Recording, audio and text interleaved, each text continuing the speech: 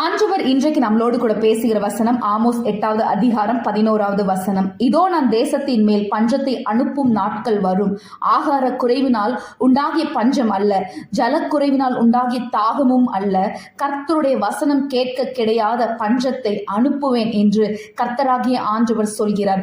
ஆண்டவர் கடைசி நாட்கள் நடக்க போகிற காரியங்களை தீர்க்க தரிசனமா இந்த வசனத்தின் மூலமாய் நமக்கு சொல்லியிருக்கிறார். வருகிற நாட்கள்ல ஆவிக்குரிய பஞ்சம் உண்டாகும் என்று ஆண்டவர் சொல்கிறார். ஆண்டவரோட வசனத்தை நாம் கேட்க முடியாது, ஆண்டவரோட வேதத்தை நம்மளால வாசிக்க முடியாத ஒரு நாட்கள் வரும். யாருக்கு இதெல்லாம் வரும்? ஆண்டவரோட வார்த்தையை கேட்டு அதை படி கீழ்ப்படியாத போதும், ஆண்டவருடைய கட்டளைகளை மீறும் போது ஆண்டவர் இப்படிப்பட்ட தண்டனையை நமக்கு கொடுப்பார் என்று சொல்லியிருக்கிறார் வேதத்துல.